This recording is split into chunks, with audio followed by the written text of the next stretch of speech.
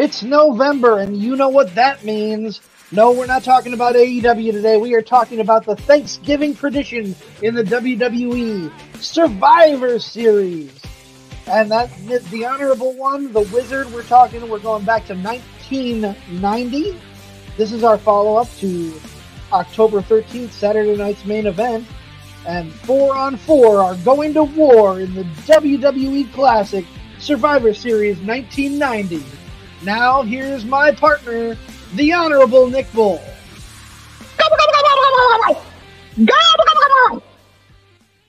Happy Thanksgiving, I guess. The Thanksgiving tradition, right? I was trying to do my best turkey gobbledygooker there. But just like the gimmick, it's sunk like a turd. I won't pan you that hard, but yeah, we're in the heart of November.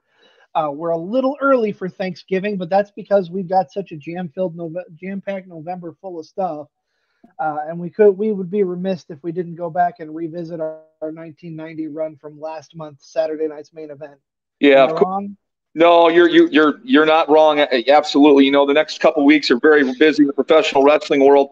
Next weekend, of course, we have AEW's Full Gear. That will be our episode. Next week and the week after, we have Survivor Series this year. But we'd be remiss if we didn't go back down the rabbit hole, the time machine, if you will, to Survivor Series. And, of course, to coincide with the Saturday night main event, we select this one, Survivor Series 1990. Pretty significant Survivor Series. Maybe not the greatest for wrestling matches, but some pretty big stuff happened on this card. Yeah, and we're gonna get into all of that here. I do want to touch. We like to keep our finger on the pulse of the current product. So, Nick, there's a couple things that I just kind of want to breeze over with you here. Monday night, we had three big things happen, in my opinion. First of all, we had the women's war game build. You've got Damage Control, so Bayley, Io Sky, Dakota Kai, and Nikki Cross with a yet-to-be-named partner going up against Bianca, Alexa, and Asuka, again with two yet-to-be-named partners. I think that's pretty big. That was, honestly, I was surprised. That was the only build we got, really, in my opinion, for the War Games match, where it was specifically said, let's go to War Games. You're right, because on the men's side, it was kind of teased on SmackDown, but I guess not officially. Hey, this is going to be the match. It was teased per se. You're right with this women's thing, 5-on-5, and three of the competitors haven't been named yet. All signs point to one of them being Charlotte Flair, right?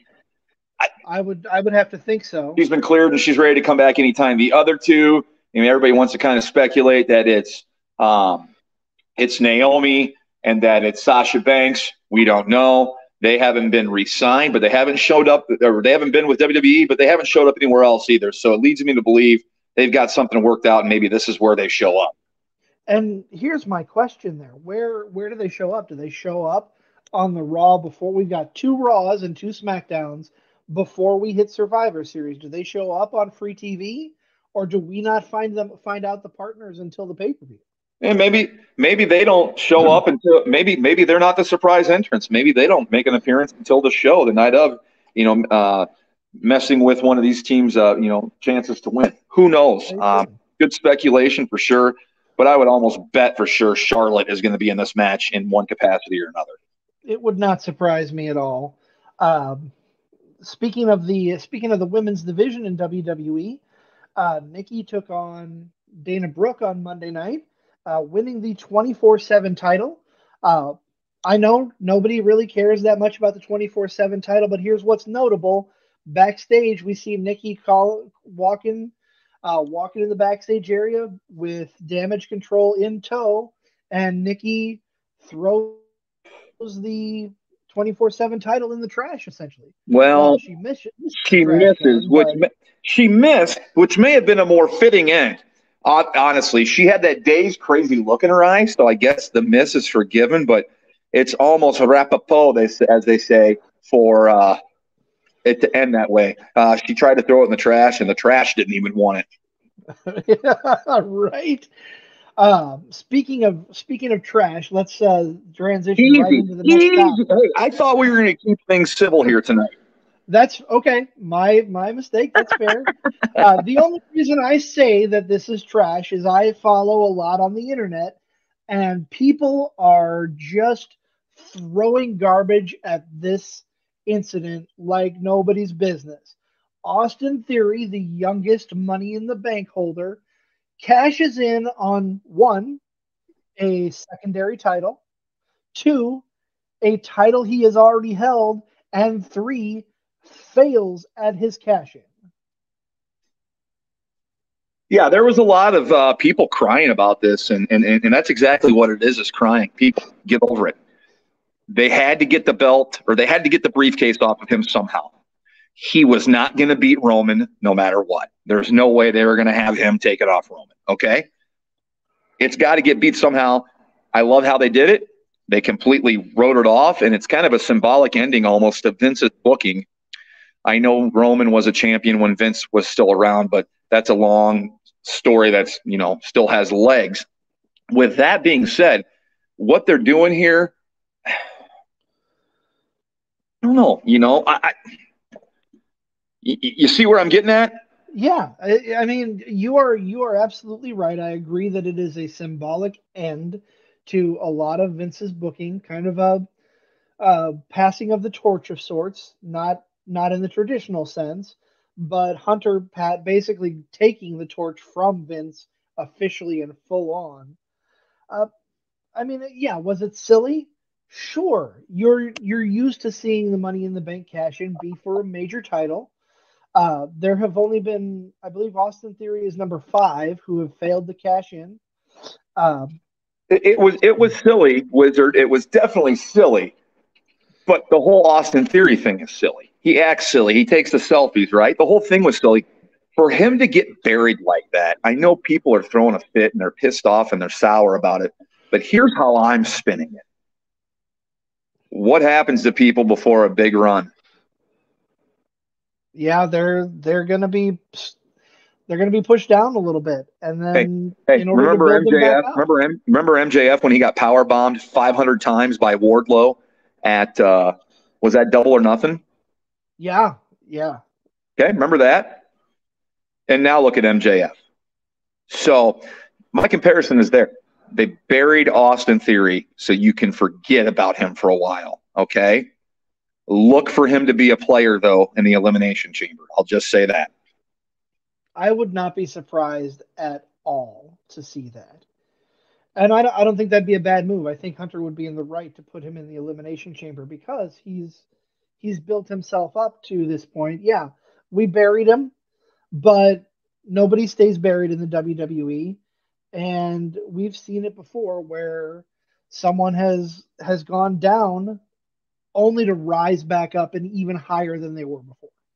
Right, right. His better days are ahead of him, and getting this off of him in this manner is just making that transition that much smoother and quicker. When he comes back, it's going to be.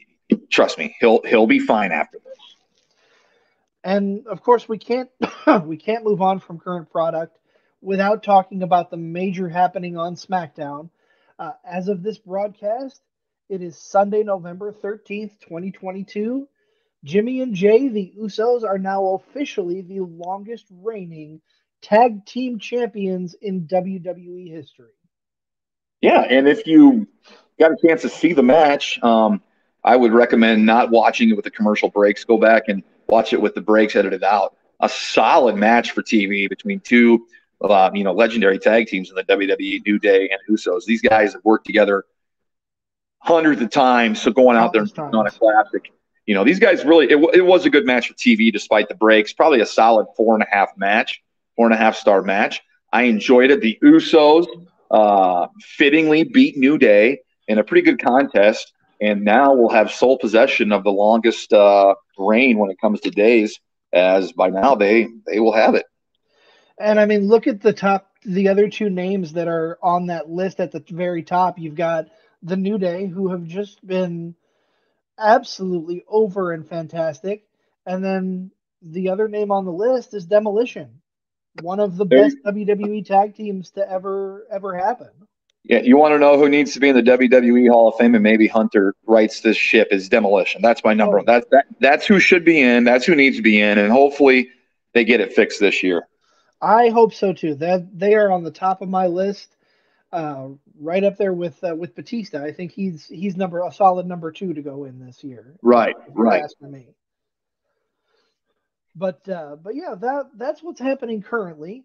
Um, like I said, not much in the way of AEW, and I'm a little surprised by that because you've got just 1 week left. You've got 2 shows before Full Gear, and there's not really a lot happening on AEW, in my opinion. Yeah, this card seems to be lacking a little bit as opposed to their previous cards. Last pay-per-view, as we know, is All Out, and what happened after All Out with the media scrum, and the wrestling world hasn't been the same since. You think that AEW would want to get out in front of this one and make you forget everything that happened post media scrum and at All Out, and want to go out there and put on a banger of a show. In doing so, I looked at this card a little bit earlier today. Was talking with another wrestling friend of mine, the fabulous Don Feldman. He and I were talking about the card, and it lacks the oomph that the other cards have. I just think that this card's missing something, but maybe in these few remaining days before Saturday night show, they shore things up. They've got 3 hours of TV time to do it.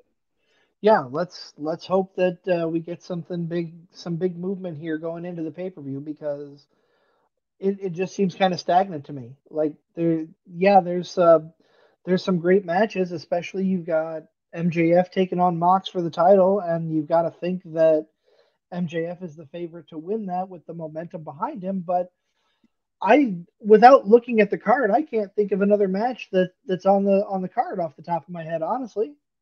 Off the top of my head, I can tell you that's the men's championship. The women's interim championship is between Toni Storm and Jamie Hayter. The tag team championship will feature Swerve and Our Glory against the Acclaimed in the return match. There's another women's contest, Britt Baker and Saraya.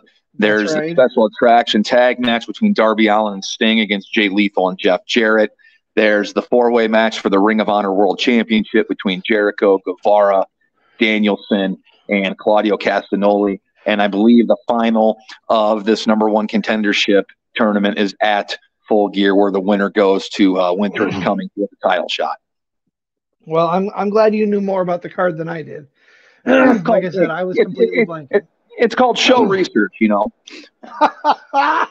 Thanks for throwing me under the bus there, partner. No, not at all. I just had this conversation probably 2 hours before we got in the studio here, so it was awfully fresh in my mind. That makes a lot of sense. And what's fresh in my mind, thanks to notes and watching the show a couple times here, is and I'm going to do my best Vince impression here because that's how the show started. The epitome of tag team competition, the Survivor Series. The epitome of tag team competition. Oh my goodness, Vince got whatever Warrior, Tornado, and Legion of Doom left on the table in regards to Coke resin. He got whatever was left over, but it seemed to be plenty because Vince was definitely hyped for Survivor Series. He was. He was maybe overhyped a little bit here, but that's Vince for you to a T. Yes, this is the 4th annual Survivor Series, started in 1987. We are in the time machine, November 26th of 1990, and this Survivor Series is right in WWE's hometown, backyard of Hartford, Connecticut. Of course, they're in Stamford, Connecticut, but it's all right there. As the Wizard told you, this is the epitome of tag team competition. I love the beginning, the video, the music introduction of the teams being introduced. You see on whose teams. Me, as a 10-year-old, would have killed multiple people to be at this pay-per-view. Oh, absolutely. Because I think one thing we need to touch on right now about how Survivor Series used to be a big deal as opposed to why it's not now. There's so much wrestling programming on now that you see different matchups daily, twice, sometimes weekly. It was a big deal to see these teams team together because this was like the only time they did it outside of a storyline. It was for Survivor Series. So it was cool to see different combinations of 4. I know they started out with 5 people early, but this one they went with 4. It's different. I always love the different combination. That was the allure of this pay-per-view for me. And I agree. One thing that really gets me about the Survivor Series is the elimination aspect. Yes.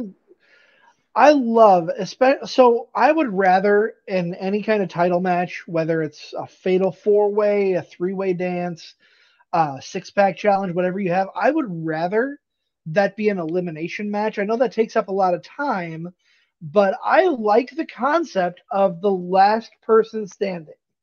And that's what this is. This is all about last man standing, last team standing, 4-on-4 elimination matches throughout the night. And as I'm going to segue off of you as you say that, this is the first Survivor Series where we're going to feature the main event being the elimination finals. So it'll be the heel team versus the face team. If you can survive your match, you get a spot in the finals. So this is the first time. I kind of like that idea. It's a night of first, and they really drive this point home and timeline-wise with 1990 and those of you that weren't around then or were little kids then and didn't understand with the Iraq scandal, with wasn't just that, it was Kuwait in 1990, 91, 92, and President Bush. So this was the first ever WWF pay-per-view that aired on the Armed Forces Network. So there's a lot of firsts from this pay-per-view. We'll get to probably the most important one later on, but that was kind of cool. They really hammered that point home, and I thought that was really neat. Yeah, for sure. I mean, and going to that international scale on the Armed Forces Network, that's big. That's a huge step. And it's the precursor for events like Tribute to the Troops, which is going to be celebrating its 20-year anniversary this year, if I'm remembering correctly. I think you are, but I don't think they're going overseas. Right. They haven't gone overseas for a handful of years, but the significance of the show is still there. Oh, absolutely. Absolutely. Yep. So we come out the gate swinging here. You've got Gorilla Monsoon and Rowdy Roddy Piper on the call. Always a fun combination. Gorilla with Bobby Heenan, Gorilla with Roddy Piper. Those are enjoyable because they play off of each other so well. Yeah, if you're not, I totally agree with you here, Wizard. If you can't have Gorilla and Brain, obviously Brain was managing here all night. Gorilla and Rowdy is good. Gorilla and Body is good. Ventura's gone. So Gorilla and Rowdy here is pretty good. And Rowdy, I'm going to give him some credit. I think he was hanging out with the Ultimate Warriors team before the show as well because he was hyped for this show. Rowdy, I'm sure, had more than just the booger sugar flowing through his system, but man, Rowdy brought the excitement to this show. He really did, and I wish the rest of the matches performed like Rowdy did on the show. I can, yeah, for sure. You go back, and we're talking about. We might as well just jump right into it here. The Perfect Team, led by Mr. Perfect, accompanied by Bobby Heenan and Mr. Fuji. Is Kurt Hennig, Mr. Perfect, Axe Smash, and Crusher Demolition.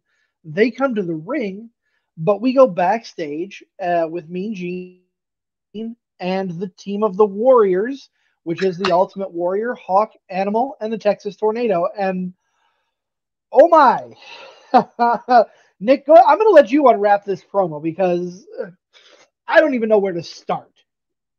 Well, as Hawk states it, Hawk doesn't know what his thoughts are. Oh, shit. We're in trouble. He doesn't know what his thoughts are, okay?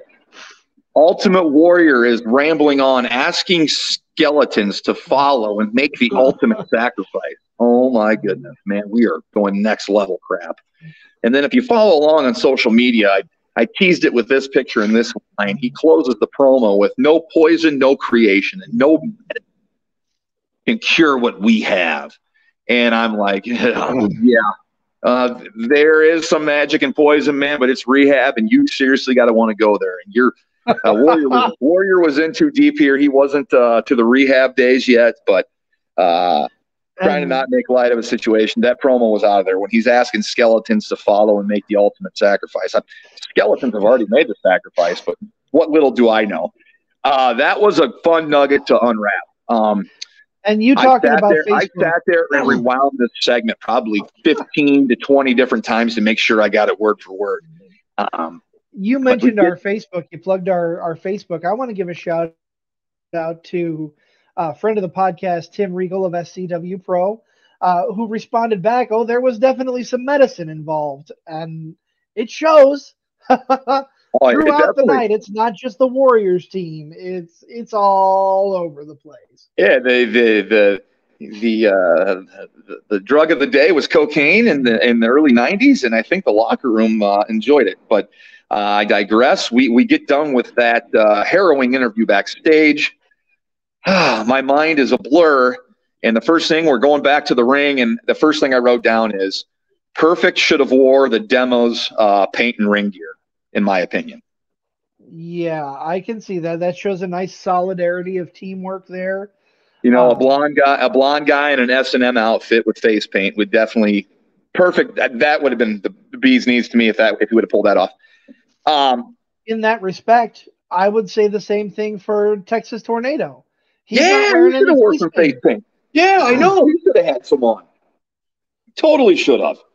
But they arguably three of the biggest names in this company are in the opening match of this show at the time. You've got your WWF champion, Ultimate Warrior, the captain of the Warriors. You've got your Intercontinental champion, the Texas Tornado, who is also on the team. And then you've got the Legion of Doom, probably the most over tag team on the roster without the belts. So you've got some big, heavy hitters in this opening match. And the action, it starts out, it's hot and heavy early on. Oh, yeah. And Nick, we got a bunch of big guys in the ring hitting each other. You know what that means? Well, I don't know yet. Can we call this a Haas fight? I think it'll stretch the limits of a Haas fight, but you got to look at the size of these people here. It could be a middleweight Haas fight. Okay. Yeah, I'll give you that. I don't know, like Brian Adams is on the edge there, but if there was like another guy as big as Brian Adams, like height and weight wise, we could say it, but it's like a middleweight Haas fight. And they don't disappoint here. They're going at each other. Animal and Smash are who start things off. We get a handful of tags, and the Warrior ends up in the ring with Axe. And Warrior actually gets our first elimination at 3 minutes and 23 seconds, taking Axe out of the equation. It's around this time I've got noted that the crowd is going crazy for Bobby Heenan with the Weasel chants. They absolutely are. And before those Weasel chants get back to that elimination, Axe is just standing in the middle of the ring like dazed and watching the Warrior run the ropes back and forth in front of him before the shoulder tackle. Okay. I think Axe spent more time putting his makeup and ring gear on as opposed to this match, as he couldn't get the hell out of there any quicker. He's the first elimination, like you said. Weasel is going nuts. The crowd's going nuts with Weasel chants. It's a shine back to your childhood. I'm 10 years old at this point. I had a note here afterwards, after that ropes and the elimination. Why don't we bring back the flying shoulder block? I mean, there was like 20 of them in this first match. And I'm like, when was the last time I seen a flying shoulder block used regularly? And I think we should bring it back. What's that? I can tell you who. Who's that? John Cena. That's probably the last time. But yeah, you look at that now, think about it. That's like 10 years ago. Think about that. True. That's very true. You know, he's wrestled off and on since then, but consistently, that's like 10 years ago. The Demos and LOD go to work here, and it's pretty good booking how they eliminate each other. They all wrestle to the back, I think, and go on to a fight, if I'm not mistaken, correct? Yeah. So those four eliminate each other. Basically, the ref DQs all four of them, resulting in the elimination. Exactly. Yep. And that leads us to Warrior and Perfect coming in the ring and facing each other down. Of course, we've still got Texas Tornado helping out here. Don't want to forget about him. But right after the DQ of all four of those tag teams, you've got Perfect and Warrior in the ring giving a stare down before Perfect is like, bring Tornado in the ring. I want him. And I have noted here, you really see how great of a worker Perfect was, man. He really sells for his opponent, makes Tornado and Warrior look like they're the greatest strikers in history, the way he's flopping around. Of course, with the Heenan involved and Perfect, there's going to be some shenanigans, and there's an uncovered turnbuckle in the corner. Of course, the referee doesn't see it. Texas Tornado runs headfirst into that corner. Perfect hits him with the Perfect Plex. I was a big fan of the Perfect Plex back in the day. I still love it. And gets the 1-2-3 on the elimination on Texas Tornado, and that's when we come down to Warrior and Perfect. Perfect has a barrage of offense against Warrior. Warrior hits the same uncovered turnbuckle corner, hits with the Perfect Plex, and then there's a kick out, and the place is up for grabs. Yeah, the Perfect had a lot of near falls during this exchange when him and Warrior finally got in the ring together. That Perfect Plex, of course, being the catalyst to the Warrior making his comeback and finally becoming the sole survivor of this match. Match went about 14-20. You said something that struck me. I think it was really good booking overall. I think this was a well done match. You're teasing the ongoing feud between LOD and Demolition by having them all get disqualified. A lot going on here. But a lot of fun just to open the show, in my opinion, Nick. Yeah, fun match with a lot of big stars, and it was a hard hitting, and it was a nice in length. I paused at one point, got up and got something to drink, and I realized that Shane O'Mac is on the floor refereeing outside. A very young and pudgy Shane McMahon is outside with a bow tie on and a long sleeve reffing shirt in this match. You'll see him off and on during the show. But yeah, it was a good opener. I was pleased with it, and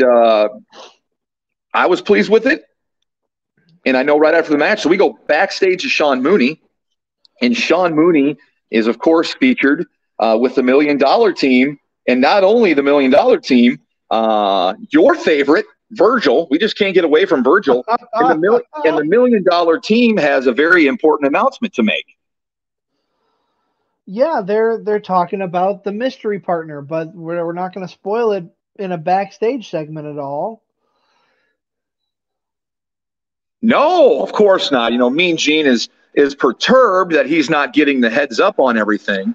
And we're ready for match number 2 right away. That's the hubbub. Mean Gene's trying to get the line of who the mystery partner is. The next team features the Dream Team, the Dream Team, who is captained by Dusty Rhodes, and my partners are Coco Beware the Birdman, and the Hart Foundation, Bret Hart and Jim the Anvil Neidhart, the tag team champions.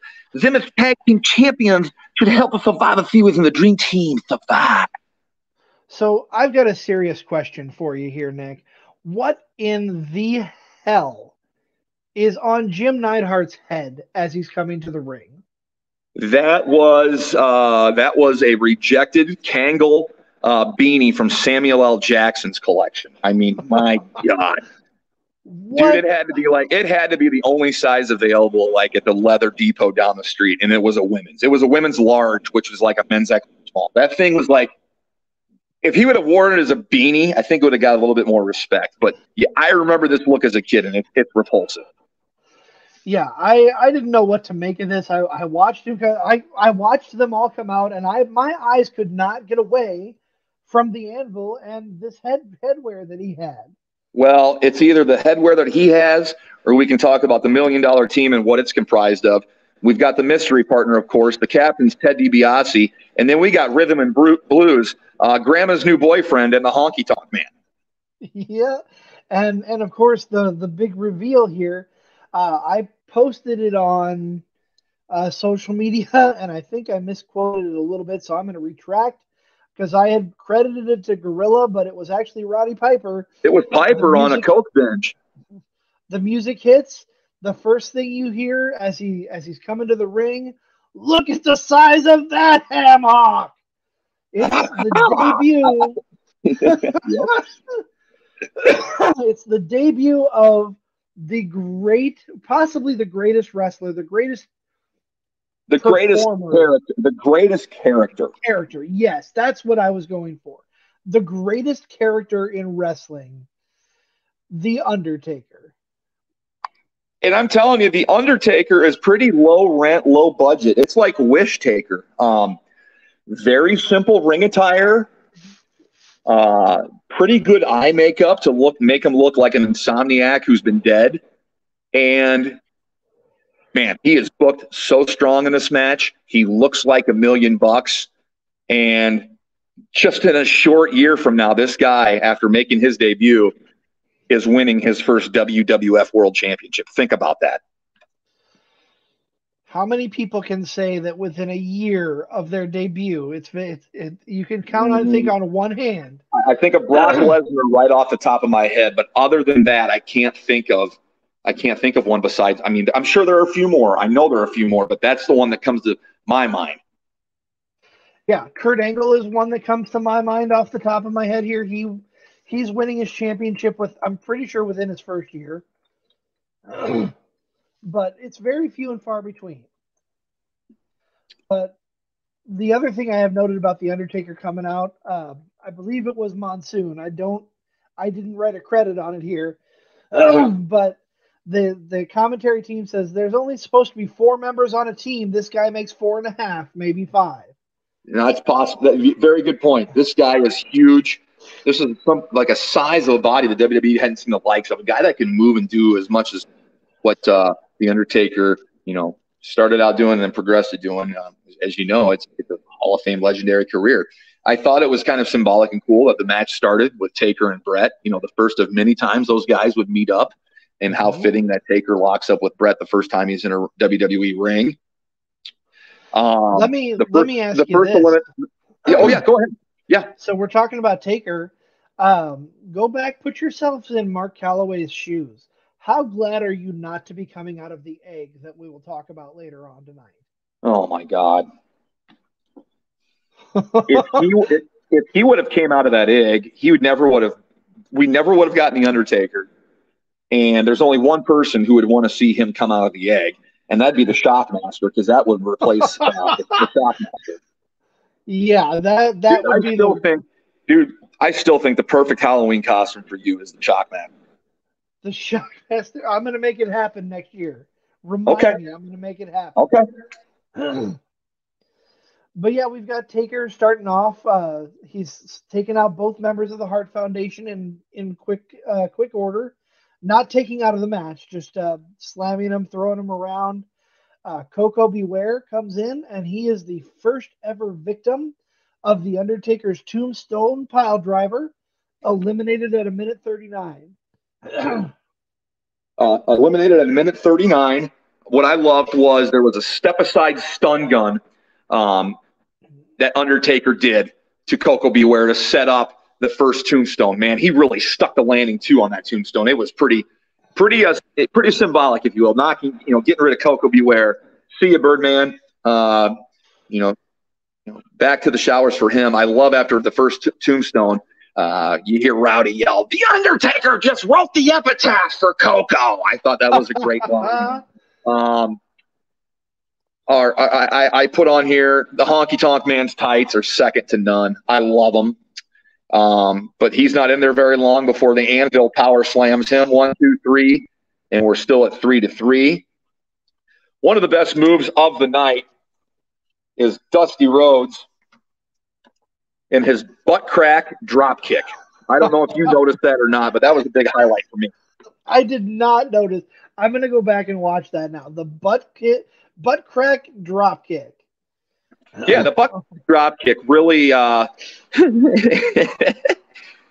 like, poor Dusty. Poor Dusty. His ass is sticking out, but he nailed that drop kick. The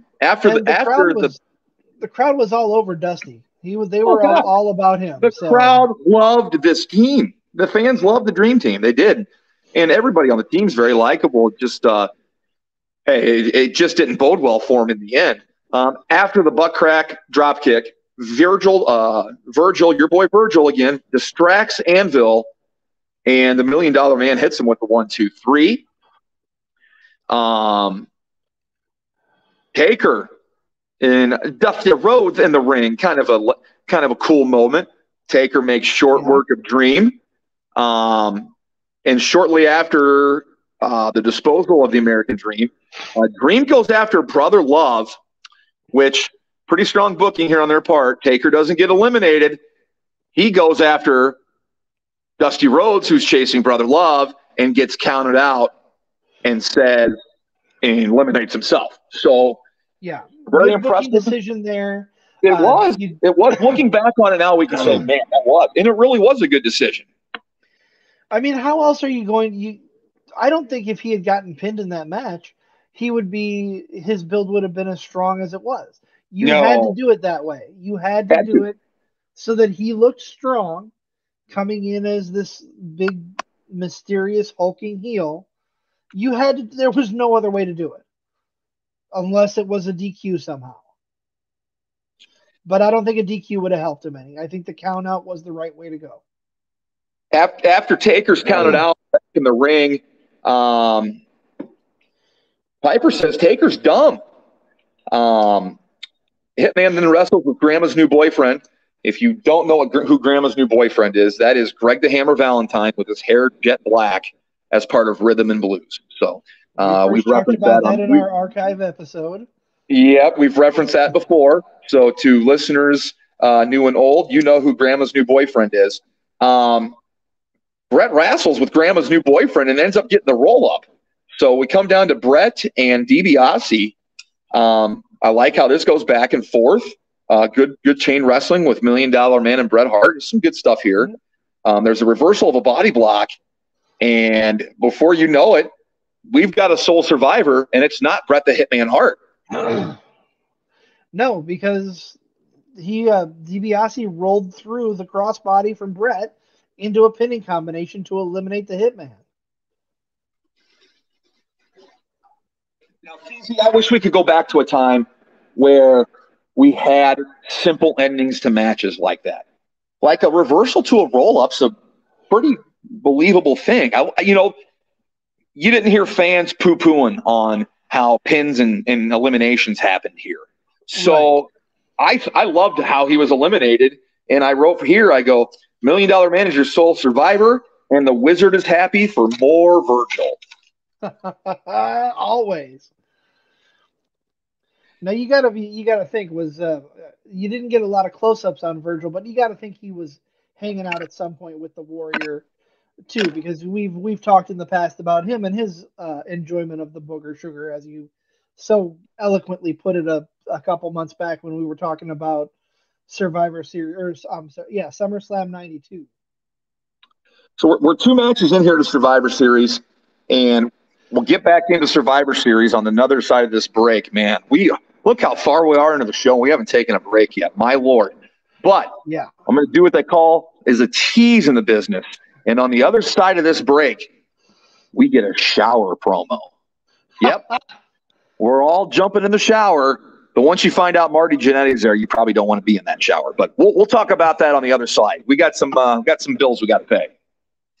Make sure you tune into For Frequency's Sake on Facebook, Twitter, YouTube, and Twitch each Sunday during the football season from 10 a.m. to 11:30 a.m. The boys from For Fantasy's Sake will be bringing the fire fantasy football takes, updating you on the week's rankings and injuries, and getting you ready for your fantasy football matchups each and every week. The show is interactive, so be sure to send your questions. You can find them at For Frequency's Sake on Facebook, at FFSQC on Twitter, or you can send them an email at forfantasysakeqc@gmail.com. Thank you very much for that. And as Nick teased here, what pay-per-view in WWE would not be complete without a shower scene? Am I right? Well, a shower scene, and a fully clothed shower scene for most of the guys. We go backstage. Mean Gene once again. Was it Mean Gene or was it Mooney? I think it was Mean Gene. It was Mean Gene. I think the last one was Sean Mooney. Yep, Mean Gene's in the shower, and he's in the shower with the team of the Vipers. No, Randy Orton.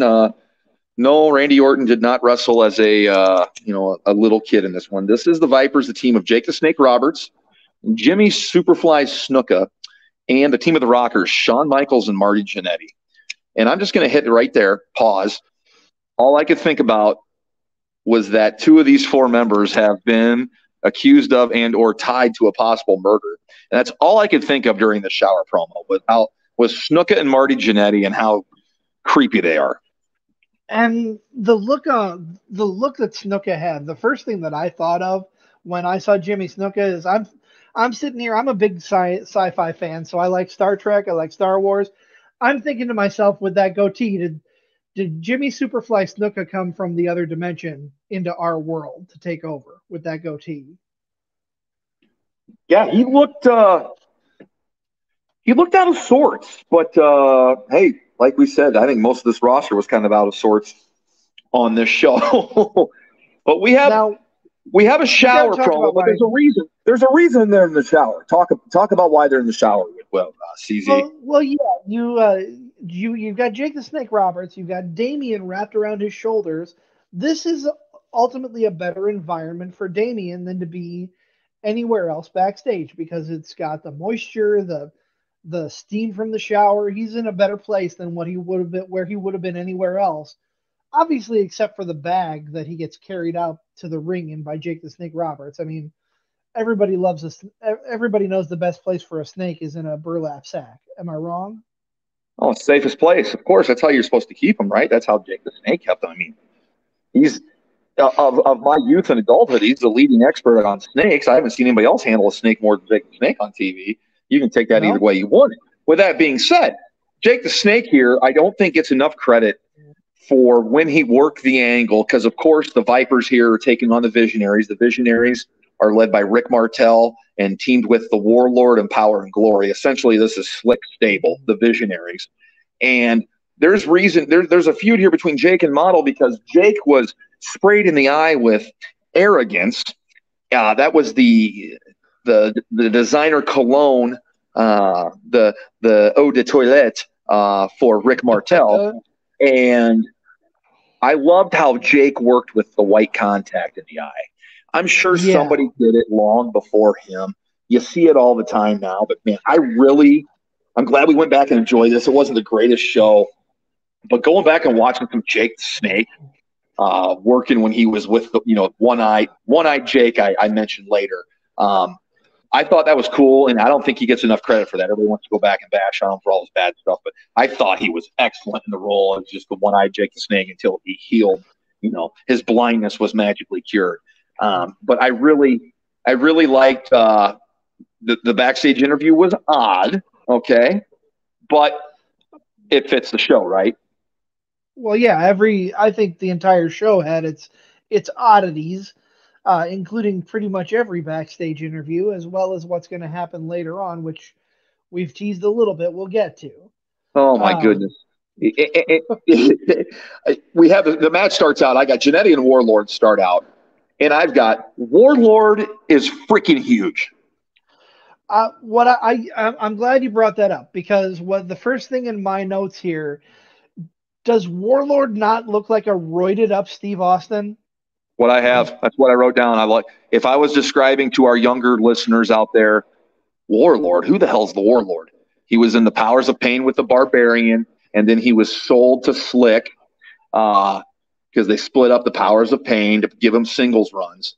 He looks like Stone Cold Steve Austin on about 5 cycles of steroids. Black trunk, black boots, goatee. Much taller and bigger than Stone Cold Steve Austin, but he looks like Stone Cold Steve Austin on about 5 cycles of roids. Yeah. That was the first thing I noticed when this match started, for sure. You want to know the next thing I noticed? We are 11 months into the decade, and Roddy Piper has already called the race. The Rockers are the greatest tag team of the 90s. We are 11 months into the decade, and he's already called the race. Can you believe that? That's pretty incredible. I mean, the greatest tag team. They're the greatest tag team of the decade.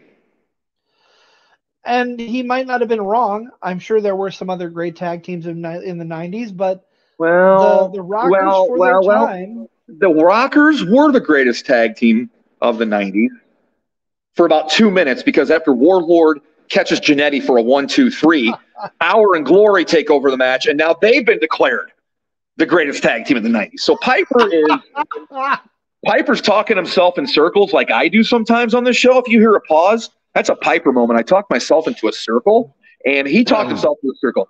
9 months and about 4 minutes into 9 months into the year and 4 minutes in this match, and we've had two of the greatest tag teams of the 90s so far. Roddy, I got to tell you, the 90s were full of great tag teams, and man, I don't think either of these two teams are in the conversation. No, I I mean, as a single star, I can narrow down one of them being one of the greatest of all time, but tag team wise, I'm with you, Nick. I don't think I can get behind either one of these teams being the greatest tag team of the 90s. Yeah, no, but hey, Piper was trying to get out in front of it and own it. I admire that, but maybe a little too Pollyanna thinking there, because that's not true. The crowd is mostly dead during this match, I note, unless Jake is in the ring, and that makes sense. And then I have a question here. I underlined it in bold. Why didn't WWE ever make Arrogance? My God, it would sell like freaking hotcakes. Yeah, I can see that. I mean, I don't know. I don't have an answer for you.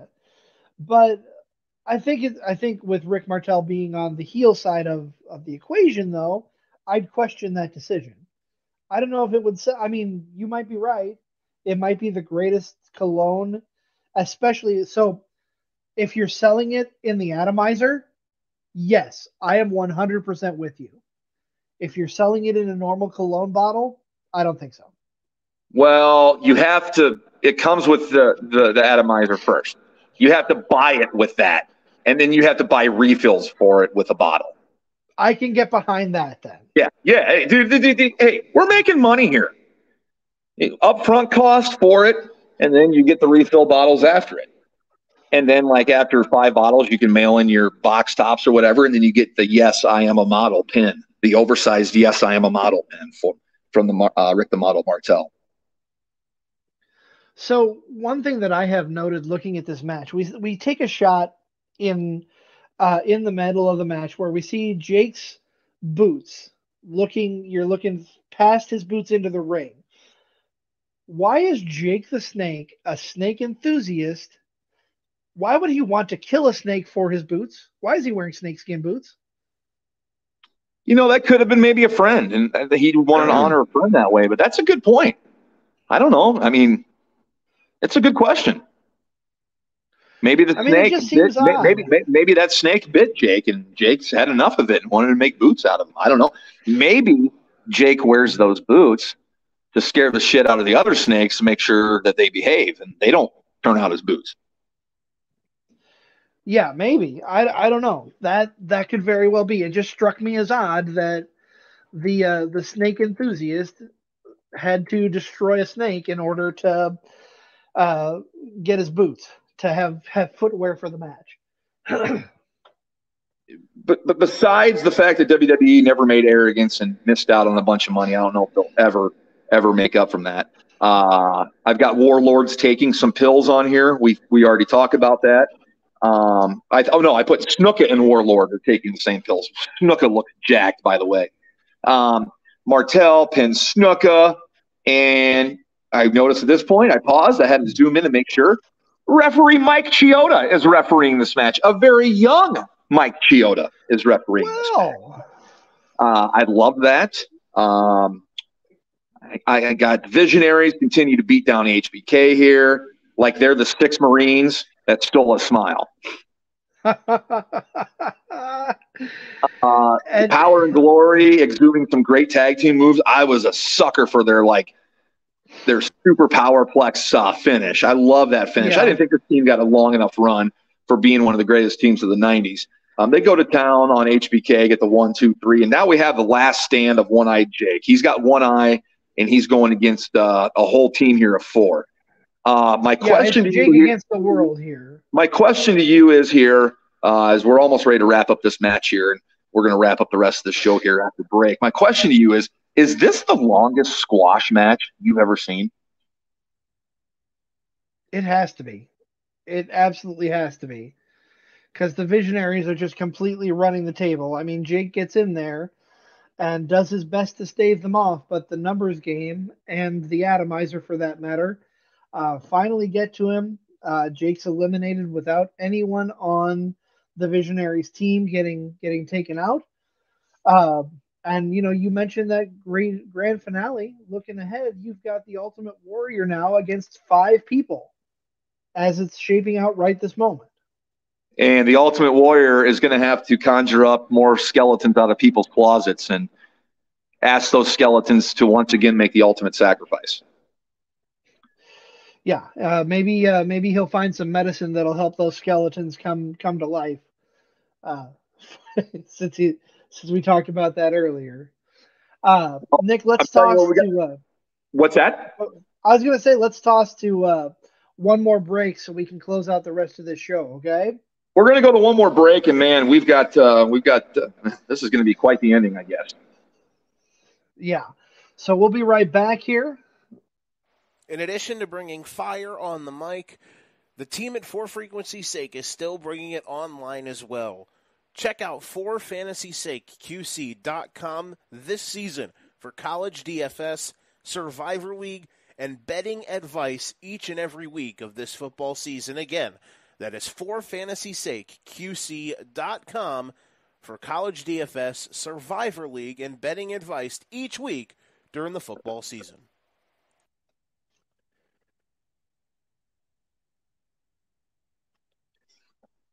And we're back. Survivor Series 1990.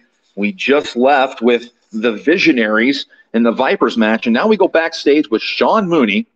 And Sean Mooney is, of course, with the most over team on the roster, the Hulkamaniacs.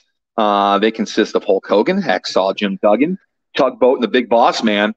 And Hulk Hogan has let the world know they have enlisted their services, and they are ready for battle. So yeah, and Hulk Hogan is talking about his 4 commandments. Train, say your prayers, take your vitamins, and believe in yourself. I gotta ask you, Nick, when did believe in yourself get added? I always thought it was Survivor Series. I don't know that for a fact. But... Yeah, I never remembered 4 things. It was always 3: eat, train, and say your prayers. So let me ask you, Nick, what kind of vitamins are Hulk Hogan taking during the 90s? There's some kind of monkey steroid in there with monkey injection hormone and human growth, chased with a little bit of cocaine. I mean, I don't know. I mean, that thing was going around. I guess I'd like to know, but I probably don't want to know what really was going through people's bodies and systems at that time. I don't want to know because I was 10 years old and I loved it, right? And I still love it. Yeah, when you're 10, I would have been 11 at this time, just a little bit older than you, but not by a lot. But when you're 10 and 11 years old, you're not thinking about this kind of stuff.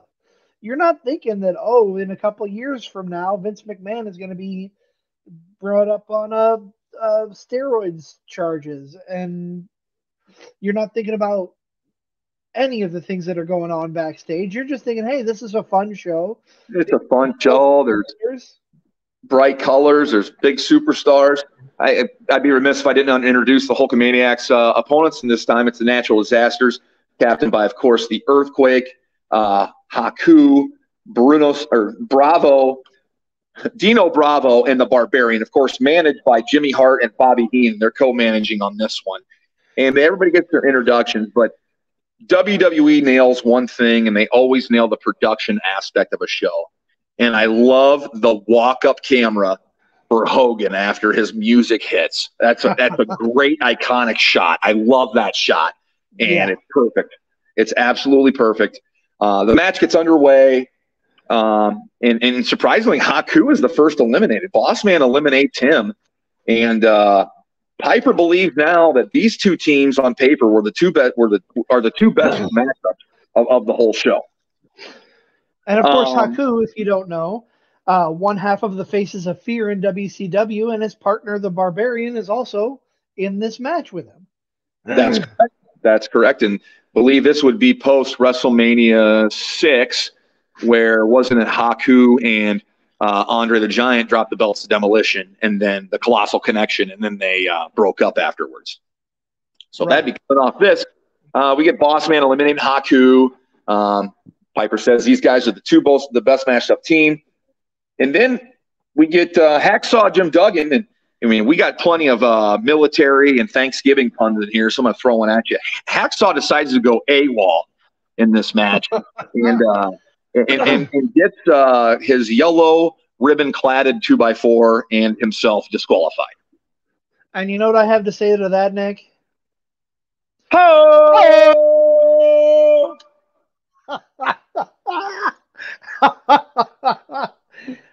Right on cue. Perfect. Yeah, Hacksaw gets himself eliminated by going after. He cracks Earthquake on the back with the 2x4. He's going after. This is all caused by Jimmy Hart pulling down the ropes and causing Hacksaw to fall outside the ring.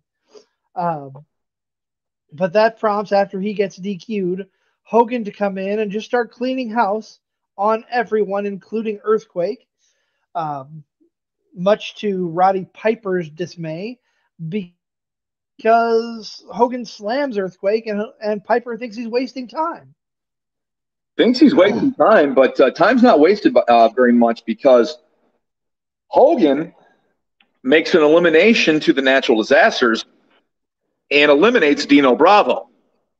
My question to you is, what's the most surprising thing about this elimination? Hulk Hogan used a roll-up to get the pin. I about crap myself. Yes, I do have that written down here. I just about crap myself. Are you kidding me? A roll-up? Hulk Hogan for 3? Hogan pulls off the most devastating move in wrestling, the surprise roll-up. I got to give credit where credit's due, brother. That was pretty good. Hogan with the roll-up, the most dangerous move in wrestling. 1, 2, 3 on Bravo. And then Quake comes back from the barrage of hits he got from Hogan and is now battling the Boss Man and makes short work of the Boss Man. Yes, he does. And then after this, Gorilla Monsoon gets a little confused. He believes that Hogan is out there by himself, but he's not, because we have the team of Hugboat still active. Hulk Hogan and Tugboat are still there chugging along. Did you just say Hugboat? I did. It's a callback to our previous episode. Just when I thought War Joe was the stupidest tag team name I heard this year. You've taken it, brother. I love it.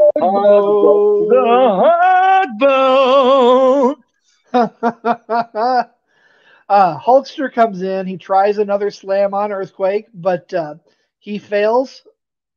Earthquake ends up falling on top of Hogan. But Hulkster still survives.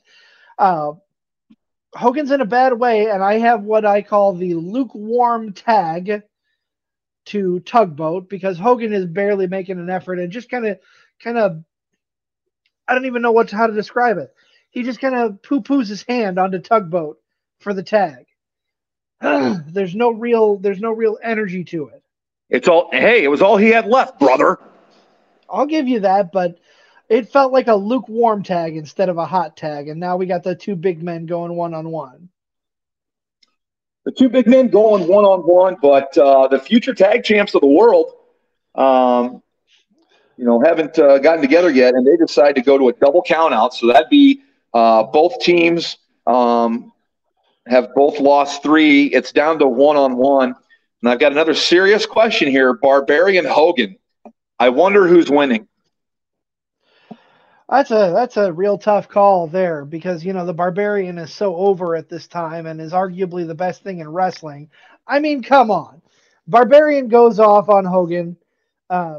He takes control of the match early on, but Hogan, of course, is Hulk Hogan. He by the power of Hulkamania, Hogan has the power, so to speak. He has the power, and of course, I mean, boot, leg drop, 1, 2, 3. Death, and taxes, boot, leg drop, 1, 2, 3.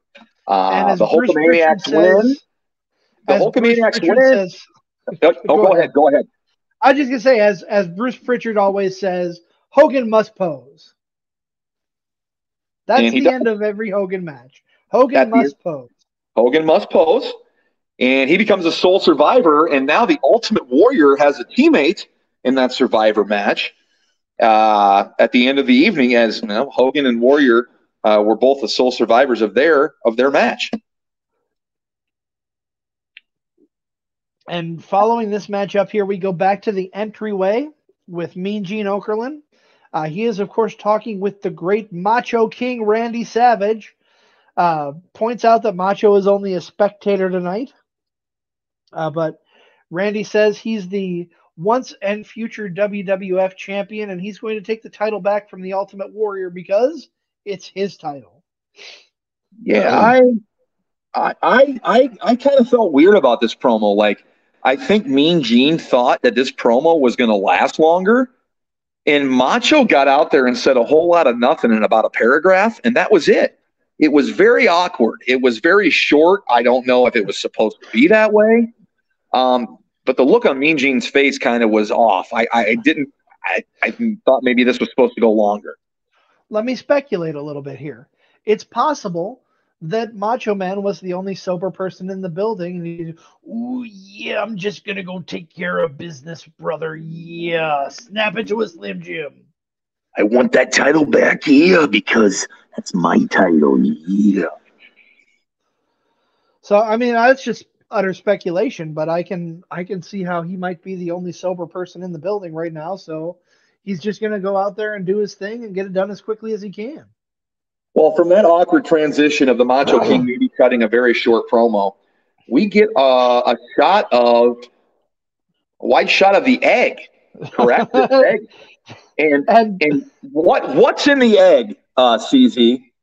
We'll get there. We're not quite there yet. But what does Roddy Piper think is in the egg? Well, he doesn't. I don't know that he thinks there's something in the egg, but he says the last time that he saw an egg that size, Milli Vanilli laid it. Yep. So that could a possible foreshadowing. Who knows? This next match, I really didn't take a lot of notes on because I couldn't get past the intro. We talk about New Jack having rap music for his whole matches. I wondered when Slaughter's ring music was ever going to stop. That was the longest pre-match promo with the entrance music still playing that I can remember. I didn't clock it, but I was amazed by it. And I was also amazed by how much Slaughter was sweating his ass off and the paint job that the mercenaries had on their faces. I love the dedication to the Survivor Series, some team morale there. But the Alliance, headed by Nikolai Volkov, teaming with Tito Santana, Luke and Butch the Bushwhackers, take on the mercenaries, captained by Sergeant Slaughter, Boris Zukov, and the Orient Express of Sato and Tanaka. I just couldn't get past the promo and the longest drum roll in history. Well, yeah, I mean, when Mean Gene comes out and accosts a superstar going to the ring, what else are you to expect? Mean Gene comes out and is just like getting in Slaughter's face. Hey, hey, hey, hey. It was the only reason it was as long as it was because Okerlund couldn't shut up. I love Slaughter's line, and I understand it had to be tough for Slaughter to play this character. Yeah. But when he goes,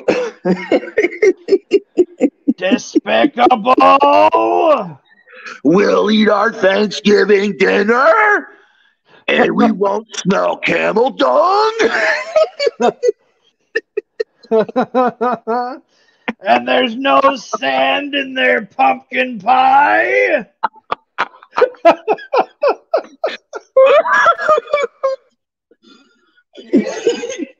I know who wins this match, but I can't tell you how I get there. So this match, oh my. So Tito Santana starts it off with Boris Zukov. Zukov gets eliminated in less than a minute, 48 seconds. Hold on a second. Who starts off the match? I'm sorry. The Bushwhackers are in there. Boris Zukov and the Bushwhackers. But it doesn't take long for Tito Santana to come in. Wait. For who? Chico Santana. Thank you. Chico. Pico. 48 seconds, and Chico gets the pin on Zukov. Sato comes in, nails his own partner, and the Bushwhackers team up to take out Sato. Tanaka comes back and gets eliminated by Tito. This is all within 3 minutes of the start of the match. Slaughter then comes in and just cleans house, eliminates Nikolai, Luke, and Butch within a minute and a half of each other. And that brings it down to Tito, Chico Santana, and Sergeant Slaughter. Sarge, as you would expect, is going to town on Santana, but excuse me, when he can't put away Chico, I'm sorry, my brain froze for a second here.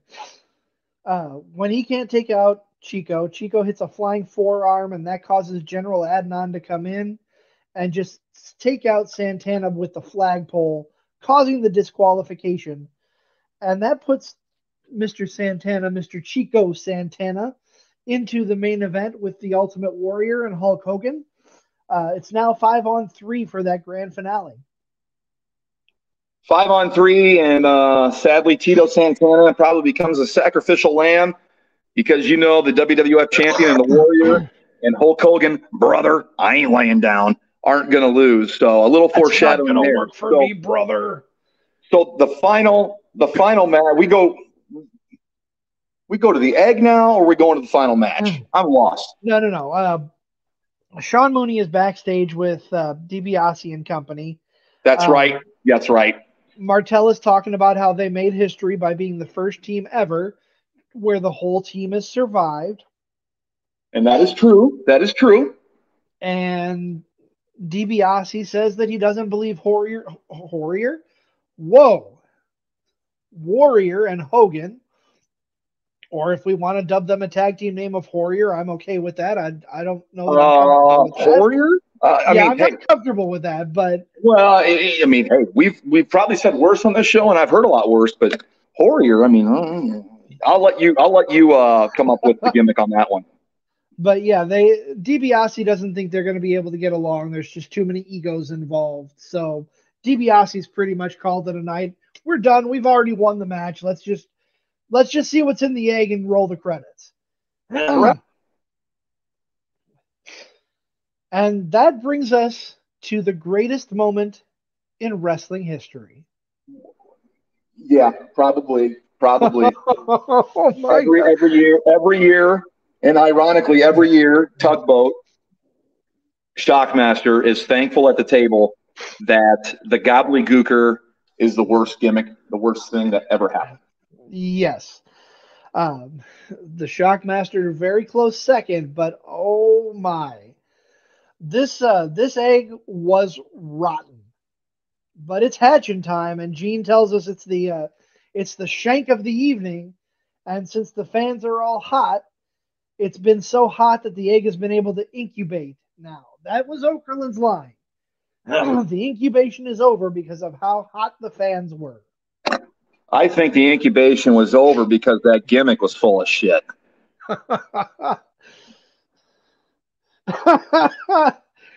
Oh yeah. Oh my.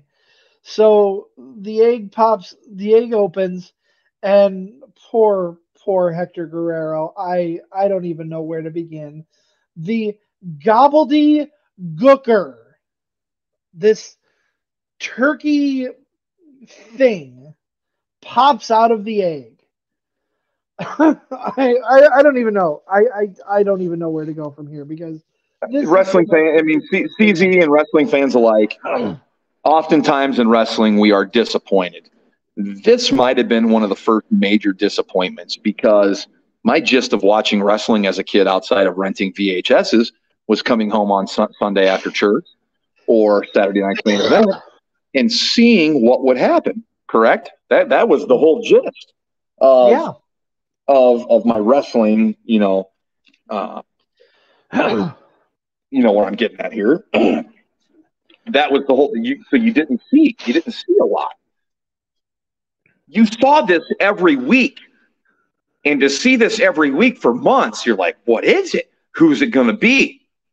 And yeah, one of the first times I can openly remember being let down as a wrestling fan. And hey, it was a good way to get brought in because a wrestling fan, they always complaining, right? They're never happy, but everybody had a right to bitch and complain about that because that was god awful. Oh, beyond god awful. Like I said, I feel bad for Hector Guerrero, who's inside the gobbledygooker suit. The crowd just is completely shitting on this. Of course, if you're in the commentary position, after they do a little dancing in the ring, Mean Gene and the Gooker, Piper says that he thinks he's won the hearts of Hartford. No, I'm sorry, Roddy. He did not win the hearts of Hartford or anywhere else. No.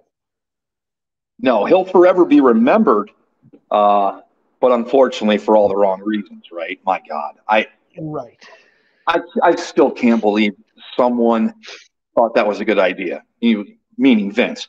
I mean, I guess for every good idea, you have a gobbledygooker or 10, right? Right. Oh, my. We need to move past this. Yes. Let's cleanse the palate here and get rid of the gobbledygooker. So before we get to the grand finale match, we're backstage with Sean Mooney. He's with Chico, Hulkster, and Warrior. And I don't know if you caught this, Nick, but I'm watching Hogan's face when Warrior's cutting his promo. And Hogan just has this look on his face like, what in the hell are you taking? What vitamins are you on, Warrior? Yeah, what are you taking, brother? I don't want them. I couldn't transcribe this one, but I did kind of notice, like, Hogan's pretty much going to, Hogan's just kind of staying back, making sure he doesn't say anything, and his association with Warrior is by teammate only. Yeah. What are your thoughts on the elimination match? I know we spoke about this. We spoke about this earlier in the show, how big of a deal Survivor Series used to be and how it's kind of not now because you see the matchups, SmackDown or Raw or Dynamite or Rampage. You see multiple matchups a week, and you see them all the time. But I kind of like this idea. I remember being a 10-year-old and that they had an elimination match at the end. Yeah, I like the concept. I think it's something that you don't see very often. You've got the remnants of every team coming together to fight off the heels and the faces for one final battle. I thought this was a good concept. I mean, I've always, like I said off the top of the show, I'm a sucker for elimination matches, whether it's tag team elimination, single man elimination with a multiple man field. I love elimination style matches. I would rather watch an elimination match than just a standard multi-person match, other than just regular tag teams. Yeah, ECW and I think Ring of Honor back in the day, when they would have a three-way, it was like a three-way elimination. So I kind of like that concept. I do like the whole elimination thing, and seeing different people tag. And of course, the nostalgia factor on this. I mean, I didn't even get to talk about the graphics and how primitive they were and how much I loved them. But I remember this idea as a kid of the Survivor Series match and the last match, and I'm like, I can grasp it. It didn't bother me too much. I liked it. Yeah, I agree. We're talking about matches. I don't think this was an elimination match, but you mentioned Ring of Honor, and it brings a specific match to my mind that I don't remember. I don't remember the name of it, and maybe you do. So it's a 4 corners match. It's a singles match with 4 people. But only 2 people are in the ring at a time. And if someone gets thrown out of the ring, there doesn't have to be any tags, just someone getting thrown out of the ring. Someone else can come in and wrestle. What was that match? Do you remember do you know what I'm talking about? Is that like a 4-way tornado style, like a tornado tag? Not exactly. I don't know. God, I don't know what that's called. Well, now you're giving me homework, and you told me when we signed up with this, I wouldn't have any homework and I wouldn't have to read. I would just have to watch. No, I'm giving you crap. That's a good question. That's something maybe our listeners can help us out with. If you can think about or know about the match that CZ the Wizard's talking about in Ring of Honor, where it'd be 4 individuals, but only 2 could be in the ring at the time. And if you got thrown over the ropes, you could come in. If you were one of the other participants, you didn't have to be tagged in. I'll do some digging, but man, if one of our listeners out there, hit us up on social media. We're at for some reason the scramble match is what comes to mind, but there you go. That's probably what it is. It's probably a 4-person scramble because they had tag scrambles too. I remember from the early Ring of Honor days.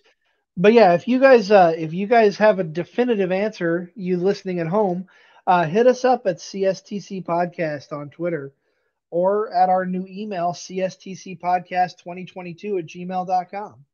Or at CSTC Podcast on IG. That's true. We do have an Instagram account now. You can also find us on Facebook at Cards Subject to Change Podcast. Well, Nick, it sounds like we just wrapped up the show without really wrapping up the show. Yeah, we kind of did. We kind of got all the preliminaries out of the way. I mean, I know we've got busy month of November coming up before we close out the year of 2022. It's been an interesting year, 2022. I mean, we're not even done yet. We've got Full Gear next week to talk about, and the week after that, Survivor Series War Games. I know you're really looking forward to that. So November's full. We got news for you. December's full as well. January, February, they're full. We are booking shows left and right for the listeners, and looking forward to the product we're putting out there for you. And just a little teaser for you here. We've been approached by a couple of other wrestlers in the local area who want to be on the show. So we might have some more interviews coming up here before long. Maybe some bonus episodes in the coming weeks. Do stay tuned. Want to thank you guys again listening. I had a blast talking about this one, man. I didn't think we'd talk about monkey hormones and human growth hormones and steroids and cocaine so much, but it was a good time. Yeah, this was a fun show to watch. Definitely recommend it if you're looking for your nostalgia fix. This month of November, 1990 was great because you had the debut of The Undertaker, but it was also kind of out there when you had the debut of the Gobbledygooker. So I'll leave that to your judgment. Nick, I'm going to close this out here.